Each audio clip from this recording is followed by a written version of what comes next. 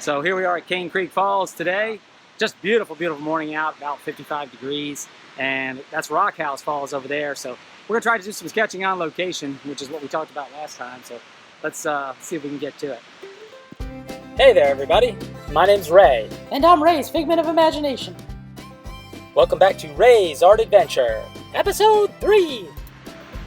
Okay, the difficulty here is I really can't find a spot with a good view, and of course they've got the guide wires out. We'll just kind of work our way through there. Obey all posted safety signs, kids. Hey, there were no signs. The steel cable? First steps would be. Oh, that's for people who aren't careful. Huh, wonder who that is. Trying to set up where I can see the bottom of the falls, but when I sit, I just can't get it all in. See if this is going to work or not. I'm going to have to use my imagination here at some point. Okay, so we couldn't make that work out over there, but now we're back here at the other side of the falls again, and we are going to try to sketch that and see if we have any better luck.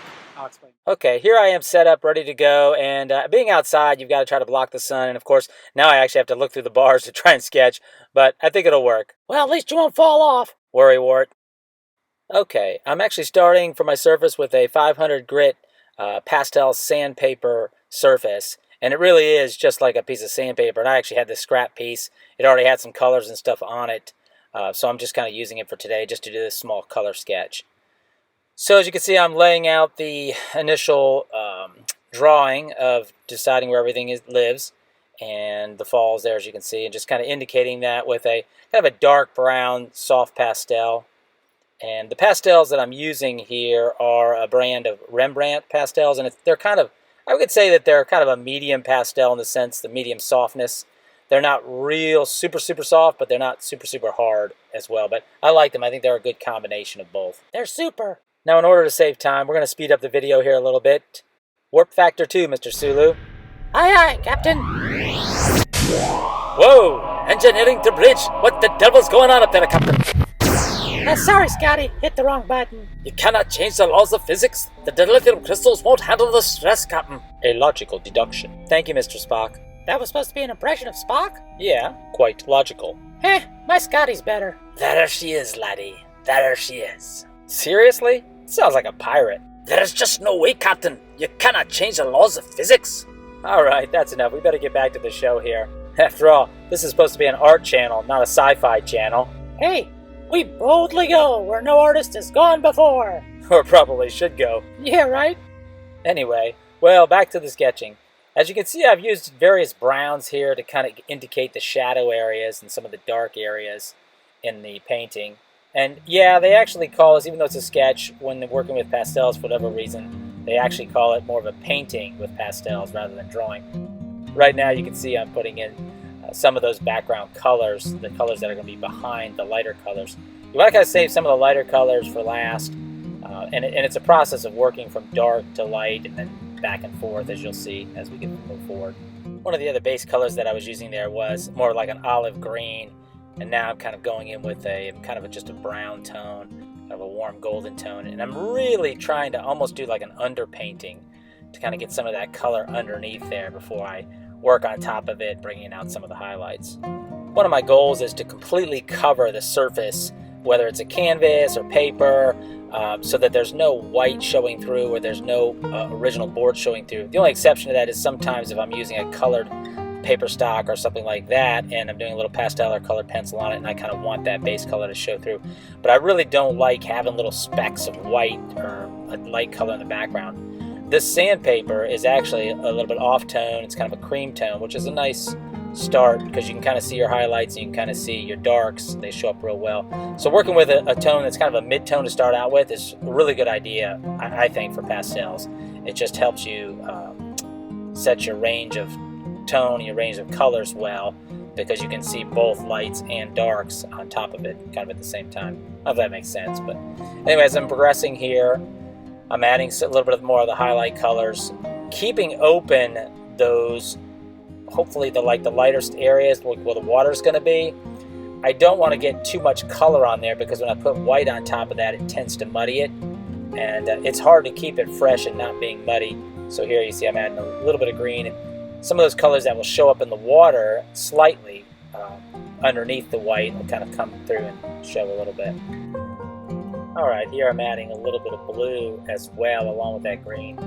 again, kind of a bit of an underpainting, so to speak, with the water that's going to be on top of it. And sometimes, most of the time water's reflecting whatever's around it. As far as the color, it's really kind of colorless, unless it's tannic water, meaning it has some material in it that's actually giving it a color. Sometimes it has a brownish tone, but a lot of times it's just reflecting what's around it. That said, in our minds, we sometimes associate blues and those colors with water, so I usually do indicate that. Sometimes I'll put purples in there, just all different colors, really, just to create a variety of movement on the canvas and keep it fresh. I'm really going for kind of an impressionistic feeling with this. This isn't going to be a super detailed sketch. This is just going to kind of capture the color and the feel of the day, of what's going on outside with the lighting, hopefully.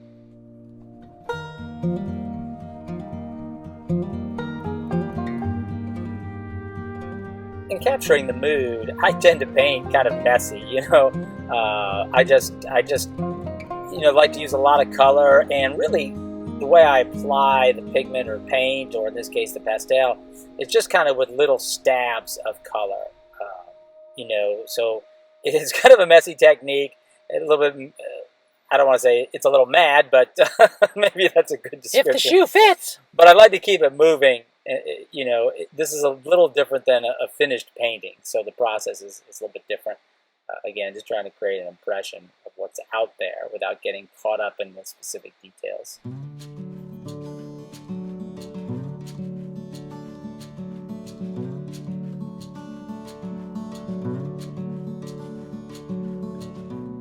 As you can see, here I've gone in with the black color, and the black really, a lot of artists don't use pure black. I don't have any problem using black. Black's beautiful. Yes, it is. And anyway, especially for sketching, it kind of brings out that contrast pretty quickly. So I'm adding some detail now with the black, kind of give that distinction of rock outlines, and just delineate some of the shapes a little bit better.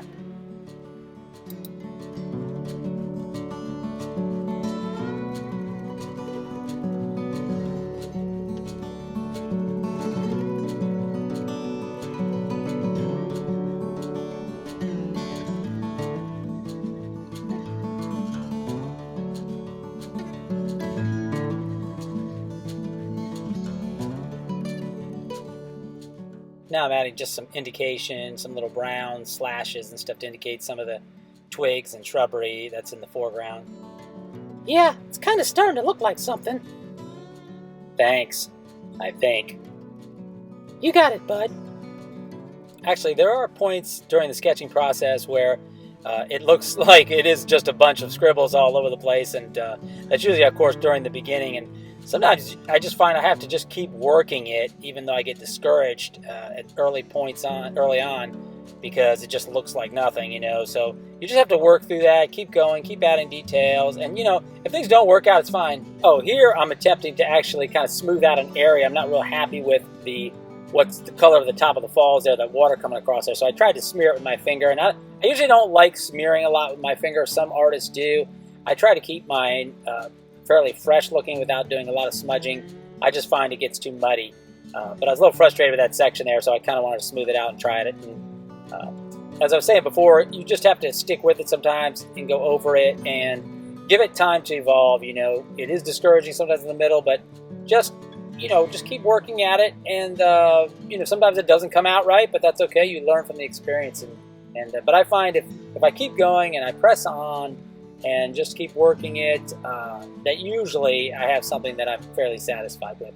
And again, this is a sketch, so it doesn't have to be the world's greatest finished painting. It's supposed to be kind of fun and enjoyable.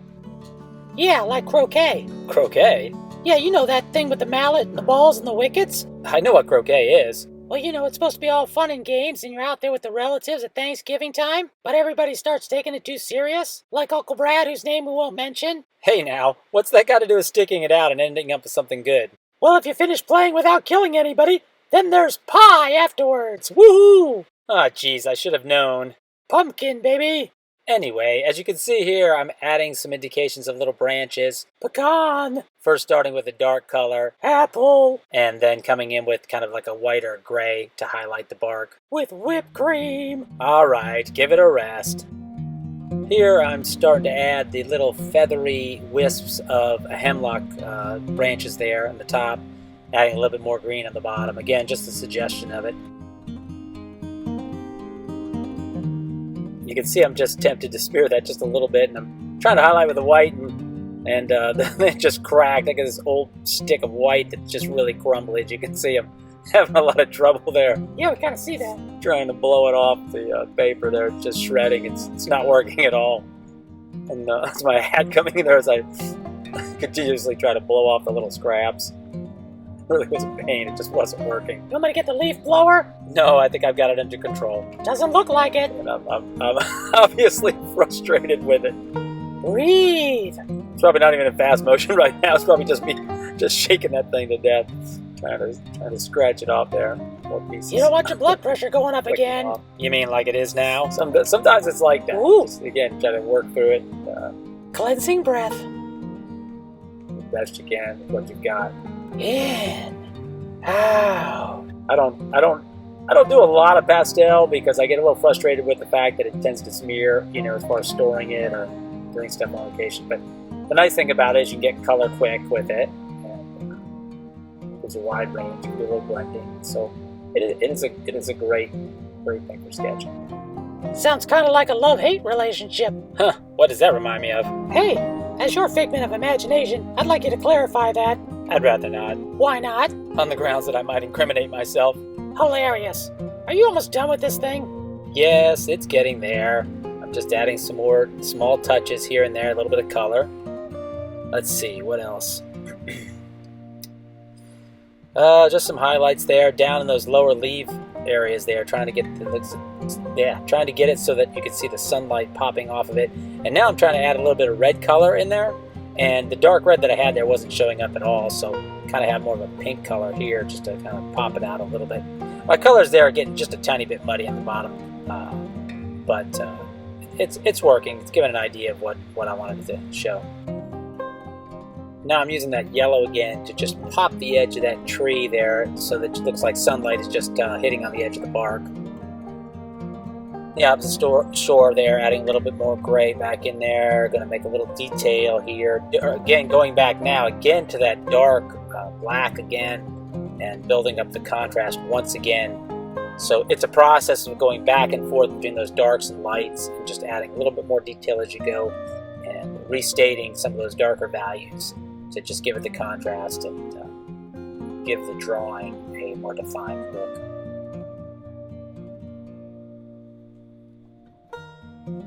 And you can keep going. I mean, with this process, you can just keep going back and forth, continuously adding detail on it. But there's a point at which, especially for a sketch, you just kind of want to stop. And sometimes I go past that point. You? Really? Oh, look who's talking. Mr. Overuse of sound effects and corny jokes. That hurts. I'm sorry. Even if it is true. Oh boy. Alright, let's finish this thing up. Hey, aren't we going to have at least one Bible verse this week? Just to kind of redeem this show? Yeah, it probably needs all the help it can get.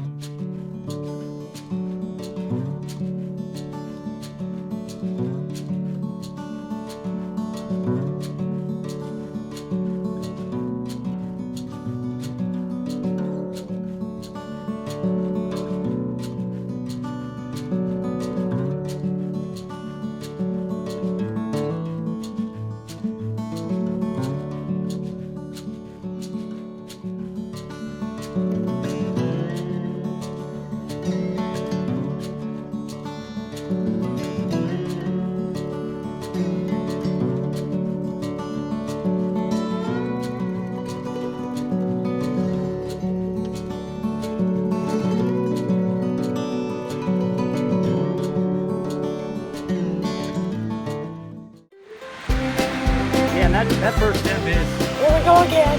Is that my lunch down there? It is a doozy.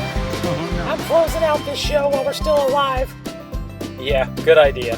Thanks for watching, and happy sketching!